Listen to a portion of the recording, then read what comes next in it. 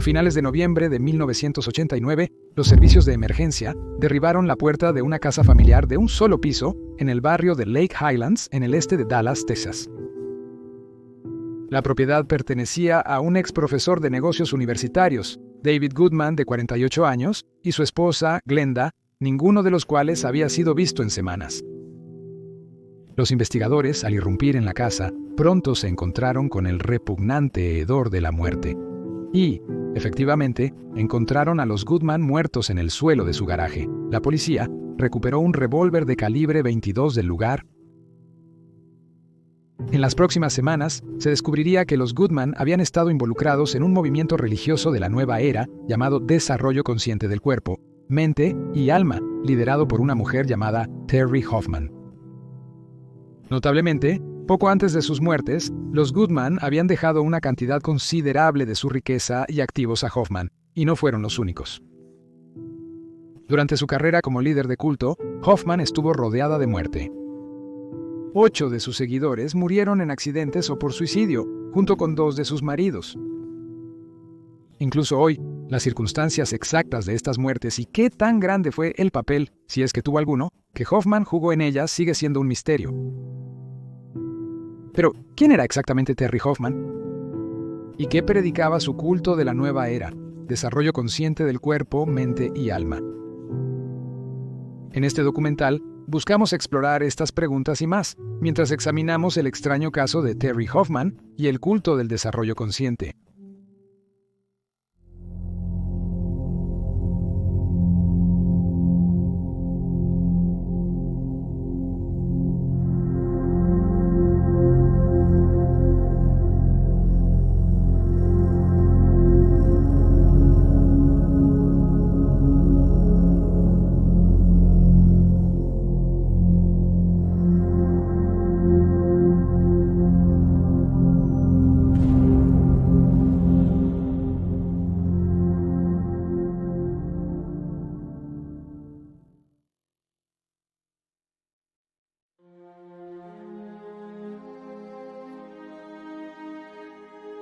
Terry Hoffman nació el 21 de marzo de 1938 en Fort Stockton, Texas.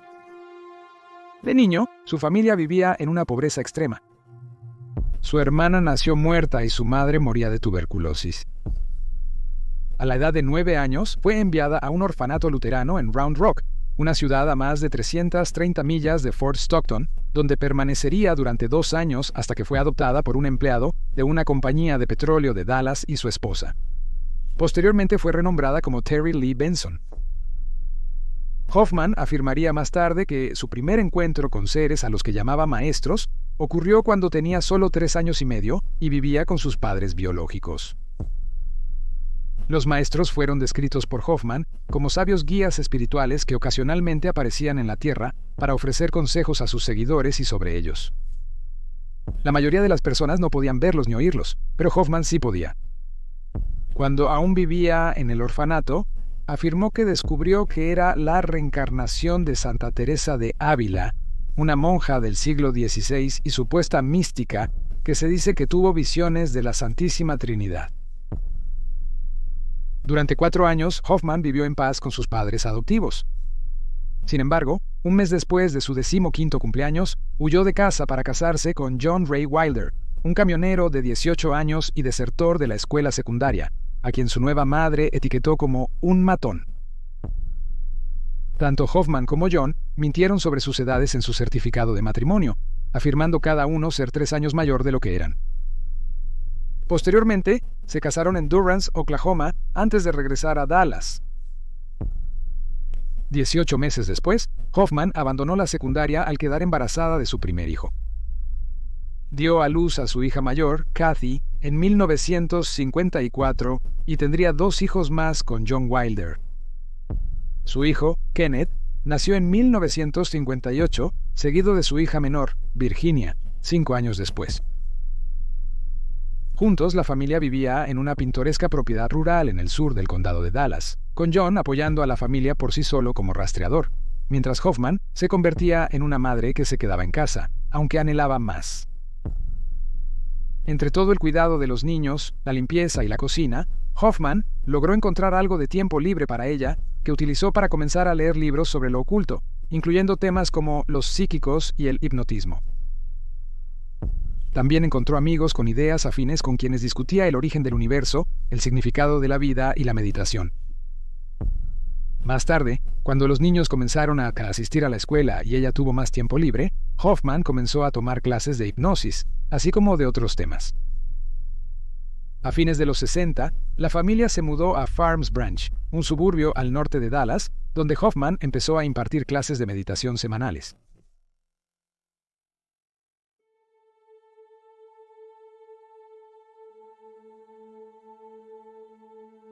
Fue a raíz de esta clase de meditación que Hoffman decidió reunir el desarrollo consciente del cuerpo, la mente y el alma, en aquel momento no descrito como una nueva religión de la era o un culto, sino simplemente un grupo al que enseñaba.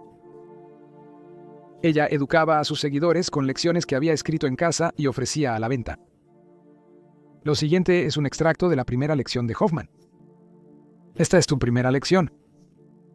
Es tuya de una manera especial, ya que el conocimiento contenido en ella es sagrado, secreto y misterioso. Esta información se ha atesorado y resguardado cuidadosamente desde la antigüedad. El conocimiento otorga poder a quien lo posee. Al estar expuesto a las enseñanzas de los maestros, no solo te darás cuenta de las verdades que pocos poseen, sino que también aprenderás a usar y controlar energías que pocos han dominado. Las clases de Hoffman se pasaban sentado con las piernas cruzadas en el suelo, escuchando sus consejos sobre diversos temas, desde relaciones hasta finanzas personales. Posteriormente, guió a sus seguidores hacia un estado similar a un trance antes de terminar con una ronda de oración. Un exmiembro del movimiento recordó que Hoffman ofrecía consultas individuales a una tarifa por hora, señalando, ella les aconsejaría en todos los aspectos de su vida. Hoffman era una firme creyente en el karma y afirmaba que las acciones realizadas en la Tierra, el reino físico, afectarían las oportunidades de reencarnación en el reino espiritual. Tampoco le daba vergüenza advertir a sus seguidores que aquellos que experimentaban mala suerte y desgracia lo estaban haciendo como resultado de malas decisiones que habían tomado en vidas anteriores. Aquellos que se comportaban mal en una vida estaban destinados a ser condenados, posiblemente incluso reencarnando como una cucaracha o roedor en su próxima vida. Hoffman también enseñó que el objetivo principal del grupo era evolucionar lo suficiente para poder unirse a Dios y a los maestros en el plano espiritual durante su próxima vida. Ella se afirmó que esto solo sería posible si sus seguidores se comprometían fuertemente con sus enseñanzas. Si deseas entrar a los reinos más altos, necesitas trabajar para desarrollar el poder latente de tus emociones, mente y alma.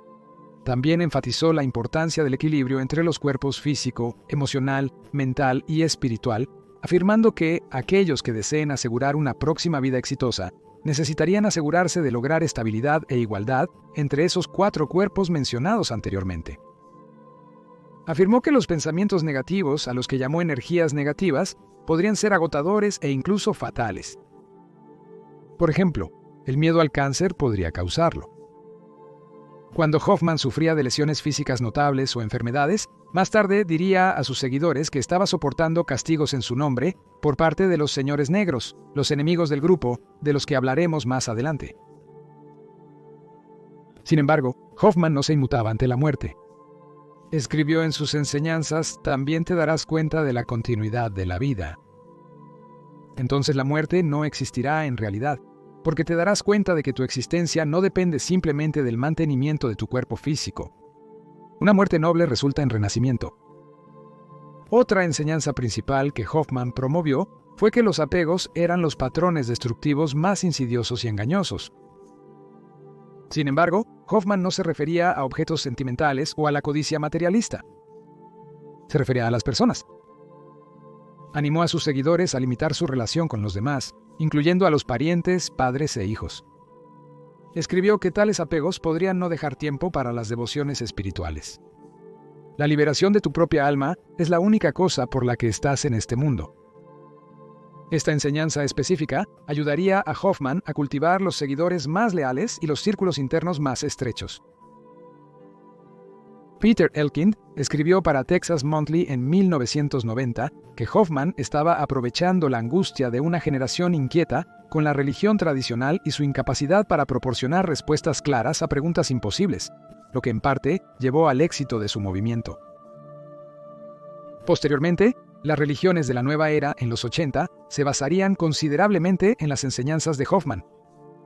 Además, Elkind escribió que durante los años 60, Dallas estaba lleno de divorcios, materialismo y la búsqueda del placer personal, mientras que los escritos de Hoffman ofrecían el perdón del pecado, el refuerzo del placer.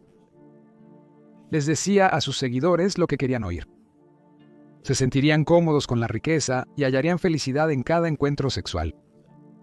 Al igual que muchos movimientos similares, Hoffman prometía una vida de placer y prosperidad, y sus seguidores creían que para lograr la vida que querían, todo lo que tenían que hacer era seguir sus enseñanzas.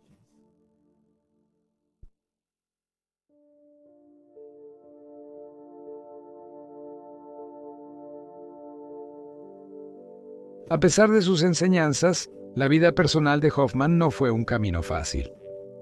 Su esposo John se estaba desilusionando con sus enseñanzas. A finales de diciembre de 1970, Hoffman solicitó el divorcio. Le dijo a un amigo que John estaba impidiendo mi crecimiento espiritual y le dijo a otros que era su supuesta celosía infundada de un seguidor más joven, un hombre llamado Glenn Cooley, lo que la obligó a ir a la corte. Sin embargo, después de la presentación de los papeles de divorcio, John y la madre adoptiva de Hoffman tuvieron a la mujer de 32 años temporalmente internada en el Hospital Memorial Parkland para que pudiera ser evaluada psiquiátricamente. Un juez estuvo de acuerdo después de que le dijeran que Hoffman era un peligro para ella misma y para quienes la rodeaban. Aunque se desconoce exactamente qué se decidió durante su estancia, cuando más tarde se concedió el divorcio de Hoffman, el 23 de marzo de 1971, perdió la custodia de Kenneth y Virginia, sus dos hijos menores. Pero Hoffman no quedó soltera mucho tiempo.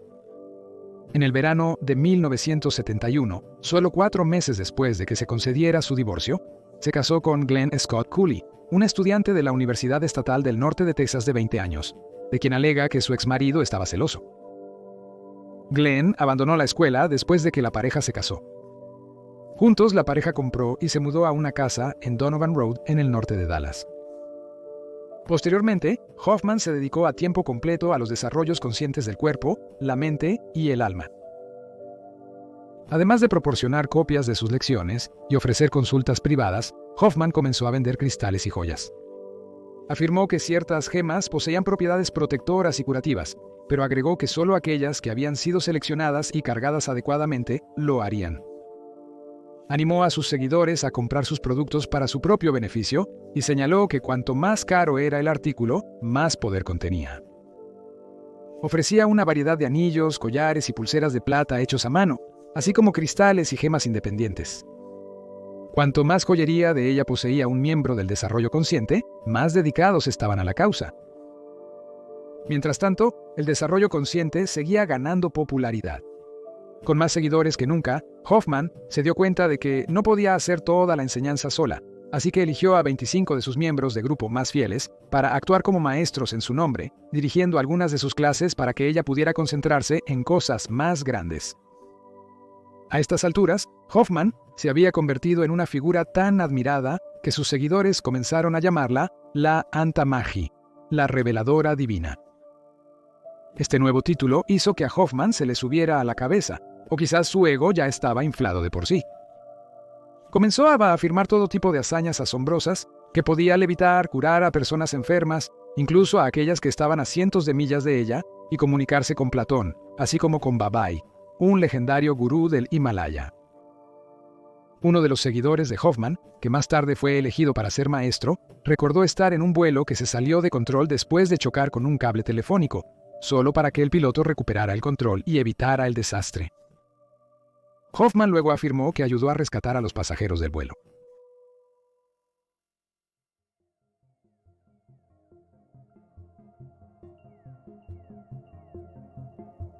Con el tiempo, el carisma de Hoffman atrajo a más personas. Luego, comenzó a organizar reuniones semanales con sus seguidores más leales, a quienes había elegido para ser maestros. informó a este círculo íntimo que ahora eran miembros de la Hermandad Blanca y que habían sido elegidos por los maestros para luchar contra el mal que se cernía sobre ellos. Hoffman explicó que estas nuevas amenazas se llamaban Señores Negros y que eran parte de la opuesta Hermandad Negra. La Hermandad Blanca debería responsabilizarse de luchar contra estas entidades malignas y proteger al mundo. Las enseñanzas de Hoffman escribieron que los señores negros existen en los planos astrales y mentales, y como tal, no eran seres físicos que caminan la tierra. Solo podrían ser destruidos llevándolos a los pozos del infierno, donde sus almas y cuerpos inferiores serían disueltos. Pero, Hoffman advirtió, los señores negros no eran su peor enemigo. También estaban los señores supremos negros, que eran una versión más poderosa y aterradora de los señores. Los señores supremos, aclaró, no podían ser asesinados igual que los demás. En cambio, tendrían que ser llevados a la cueva de disolución electromagnética. Otro enemigo que la Hermandad Blanca tendría que combatir eran seres a los que Hoffman llamaba Garbons. Los describió como seres de unos 6 pies de altura, con un pico largo. Los Garbons tienen una apariencia similar a la de un gárgola, cubiertos de baba. Siempre se ha sabido que pueden tocar a uno en lo físico, de tal manera que dejan baba en el cuerpo de su víctima. Luego, Hoffman detalló cómo dañar a los Garbons escribiendo, si después de 30 segundos o 1 minuto sientes una sensación de hormigueo en tu mano, o si tu mano está temblando, deberías asumir que tienes un Garband pegado a la mano. Usando tu imaginación, envuélvelo en alambre de púas, apuñálalo y mátalo. Luego imagina a los Garbons muertos girando hacia arriba y disolviéndose en el cosmos. Tras explicar esto, Hoffman siguió revelando a la Hermandad Blanca cómo desafiarían a sus adversarios. Lo harían armándose con 4 elementos que servirían como representaciones de los elementos fuego, agua y tierra. Los elementos serían una vara, una copa, una espada y una bolsa que contiene tierra. También explicó que todos tendrían que vestirse para la batalla con una túnica adecuadamente hecha, que proporcionaría a los maestros hasta 15 veces más poder. También tendrían que usar las joyas hechas a mano de Hoffman. Posteriormente, Hoffman guió a los maestros a través de una serie de rituales de protección antes de que comenzaran a cortar el aire con bolígrafos y abrecartas, sus espadas improvisadas, mientras comenzaban a luchar contra los señores negros y otros seres. A pesar de la naturaleza espiritual de estas peleas, muchos miembros de la Hermandad Blanca sentían que sus encuentros eran reales y representaban un riesgo mortal. Un maestro escribió después que tuvieron que ayudar a algunos miembros de la Hermandad Blanca durante una lucha. Muchos de estos hermanos murieron en ese universo lejano, porque no estaban tan preparados para la batalla como nosotros hemos estado y estaremos.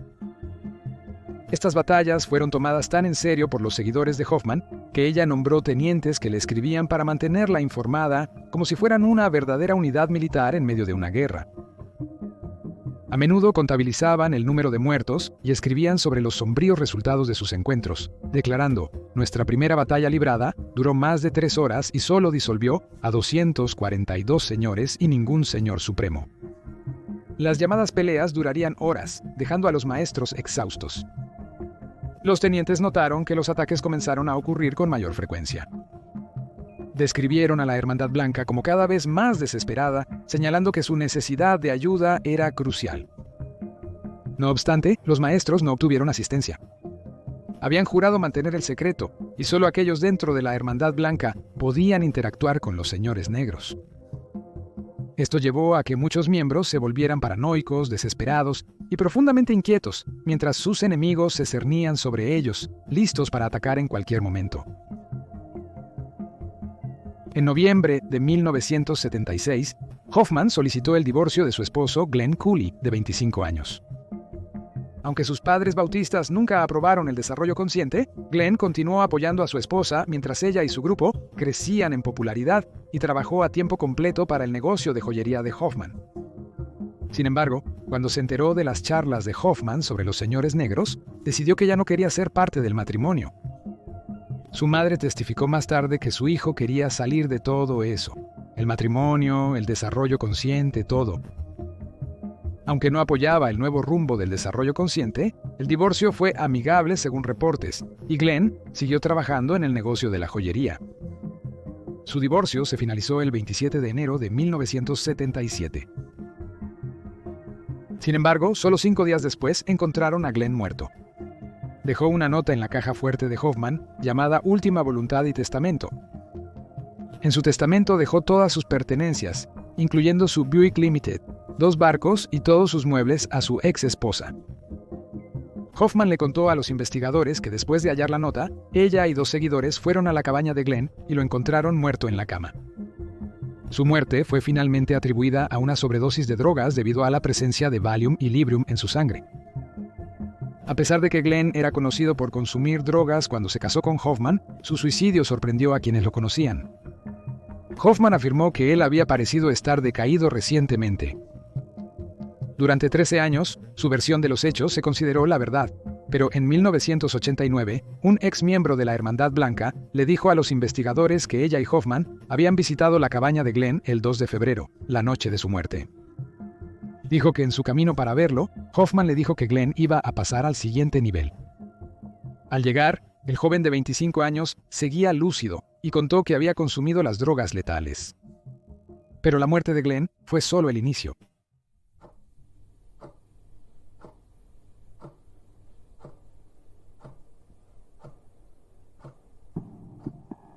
Una de las seguidoras más devotas de Hoffman era Sandy Cleaver.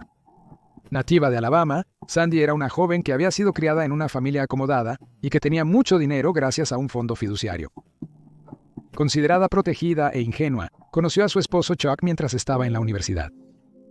En 1960, se mudó con él a Dallas y en 1964, Sandy dio a luz a su primera y única hija, Susan Devereaux.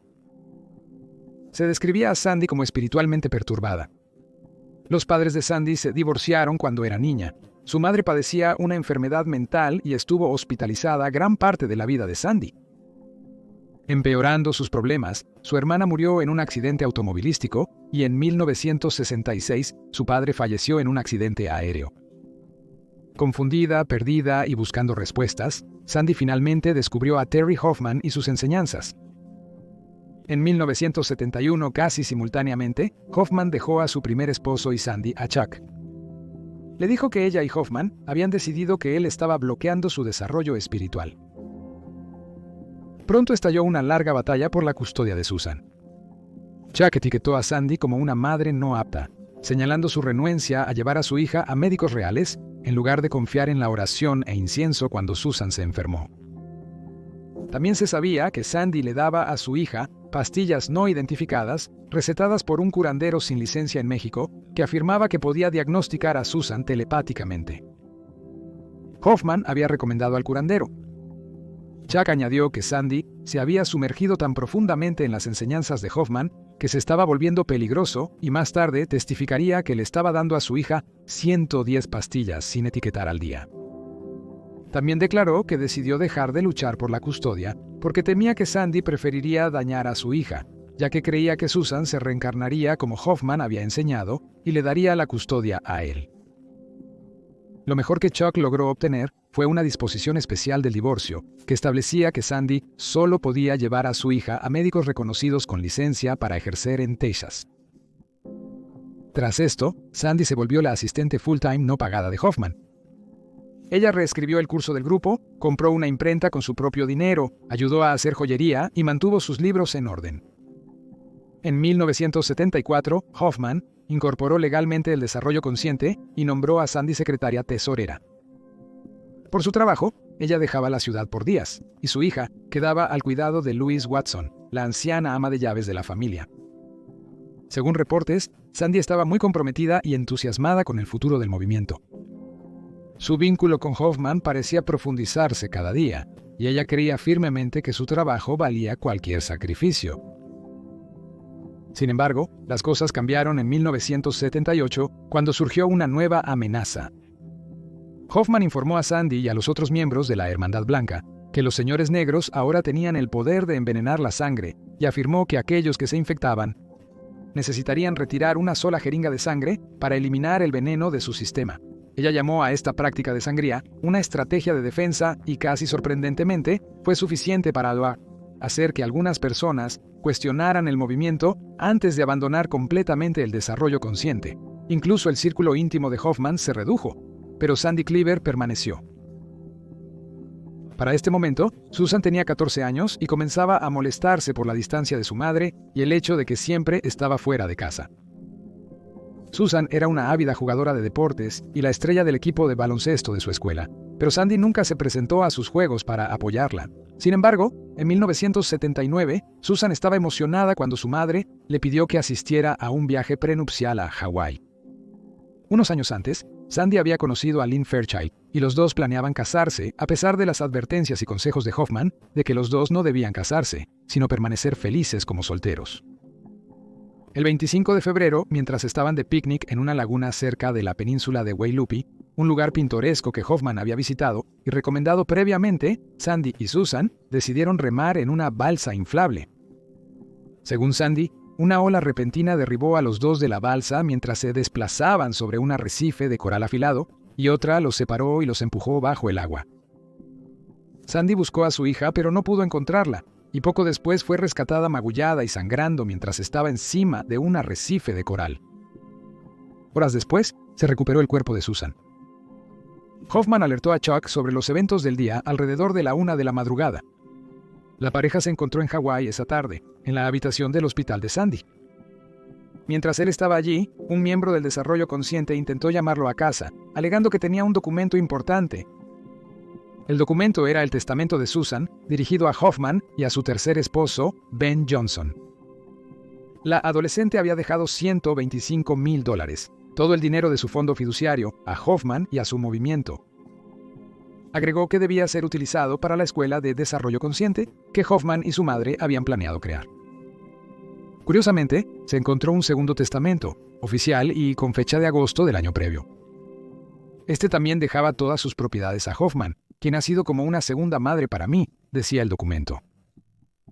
Esta versión del testamento contenía jerga legal y lenguaje adulto, a diferencia del primero, escrito claramente por un niño. Sin embargo, ambos documentos eran inválidos ya que los menores no pueden crear un testamento legal en Texas. Chuck, el padre de Susan, halló el documento sospechoso. Según su conocimiento, la adolescente de 14 años tuvo interacciones mínimas con Hoffman y posteriormente expresó que creía que Susan escribió los documentos por petición de su madre para complacerla. Hubo cierta especulación de que Sandy era responsable de la caída de su hija, ya que había hablado abiertamente con sus colegas de que tenía miedo de Susan, alegando que los espíritus malignos dentro de ella intentaban infectar las energías de Sandy. Esta era en parte la razón por la que permanecía tan distante, a pesar de que Susan no quería nada más que recibir el amor y elogio de su madre. Luego, Sandy terminó su compromiso con Lynn Fairchild, pero se mantuvo cerca de Hoffman. Hoffman misma perdería a un hijo propio más tarde ese año, cuando su único hijo, Kenneth, se precipitó a su muerte mientras construía un edificio comercial en Grand Prairie. Tenía solo 22 años.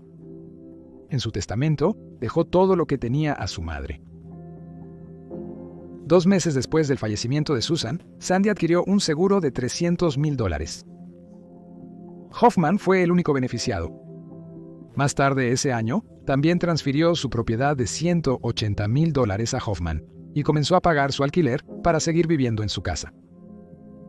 2 años después, el 8 de septiembre de 1981, Sandy y su anciana ama de llaves, Louise, emprendieron un viaje de 6 días a Colorado, donde planeaba visitar un terreno que el grupo había comprado cerca de Cripple Creek, ya que querían construir un retiro en él. Las dos mujeres pasaron su primera noche en Colorado Springs con la hermana de Hoffman. Al día siguiente, se dispusieron a visitar la propiedad de desarrollo consciente, pero en cambio esa noche en un área conocida como el Jardín de los Dioses, Sandy se lanzó directamente desde una montaña. Investigadores determinaron que a pesar de la curva pronunciada, Sandy no intentó desviarse o detener el vehículo. El coche se precipitó 500 pies en un barranco. Sandy y Louise fueron arrojadas del vehículo en su caída. Los cuerpos fueron hallados muy por encima de los restos del vehículo. Hoffman llegó al hospital 2 días después para reclamar los cuerpos. Sandy actualizó su testamento 3 meses antes de fallecer, designando a Hoffman como su heredero único. Ella también era la beneficiaria de su póliza de seguro de vida de $300,000. Louise también había nombrado a Hoffman como el receptor de su patrimonio. Aún así, acceder al patrimonio de Cleaver sería difícil para Hoffman, pero el hermano de Sandy impugnó su testamento. Afirmó que era el resultado de influencia indebida y fraude, argumentando que su hermana carecía de la capacidad para ejercer pensamientos y razonamientos independientes libremente y que estaba controlada por el uso de hipnosis, condicionamiento pavloviano y psicoterapia por parte de los proponentes. Hoffman negó controlar a Sandy mientras era interrogado durante una deposición previa al juicio, pero admitió que había intentado hipnotizar a su amiga en 2 ocasiones. El caso fue a juicio en junio de 1982, pero después de 5 días de testimonio, Hoffman optó por llegar a un acuerdo. Aceptó pagar al hermano de Sandy $112,500 en efectivo y el 40% de las ganancias netas de la venta de su casa. Sus muebles y otras posesiones se dividirían en partes iguales entre ambos. Tras la muerte de Sandy, Hoffman detuvo todas las clases de desarrollo consciente por un período de tiempo.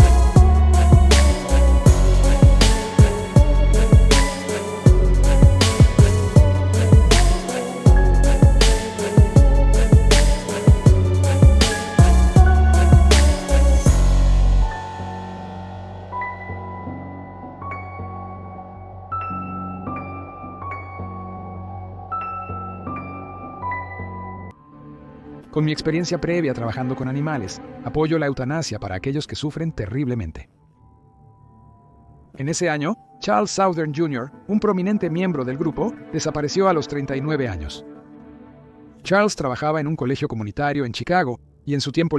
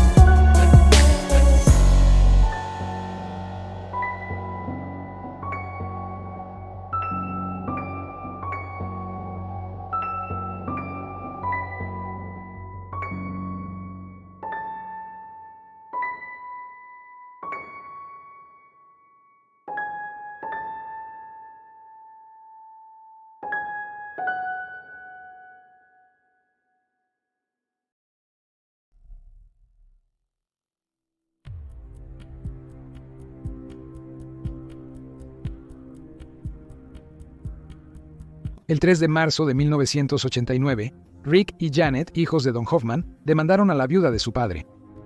La demanda alegaba que 51 años causó la muerte de Don mediante técnicas de control mental, hipnosis, modificación del comportamiento, control de la información y manipulación emocional. En menos de 2 meses, se presentó una segunda demanda para impugnar el testamento de Don. Es notable que el abogado que representó a Rick y Janet fue el mismo que representó al hermano de Sandy Cleaver en 1981. El abogado James Barklow decidió inspeccionar los contenedores de basura de Hoffman para ver qué encontraba. James encontró docenas de agujas, jeringas, hisopos de algodón y una gran cantidad de frascos de pastillas vacíos. También recuperó una carta de un hombre de San Diego sobre un pedido de drogas. Esta evidencia motivó a la fiscalía a investigar a Hoffman y su uso ilícito de sustancias. Creían que con la ayuda de los médicos, Hoffman dispensó ilegalmente pastillas e hizo inyecciones, a las que se refería como inyecciones de vitaminas. El fiscal se enteró que 2 esposos de Hoffman fallecieron por sobredosis. El diario de Goodman mencionaba pastillas blancas, y el hijo de David Goodman, amigo de Hoffman, fue detenido en 1986 por poseer éxtasis. Hoffman y Conscious Development negaron actos ilícitos, y su abogado calificó la investigación del fiscal como una caza de brujas. Después de 4 años, no se encontró evidencia que vinculara a Hoffman con las 10 muertes que la rodearon durante los años 70 y 80. En 1991, Hoffman se declaró en quiebra. 3 años después, le dieron 6 meses de prisión por 10 cargos de fraude de bancarrota, aunque fue liberada después de solo 12. Aunque a Terry Hoffman nunca se le acusó de ninguna muerte, muchos de los que perdieron a seres queridos involucrados con el desarrollo consciente aún la consideran la única responsable.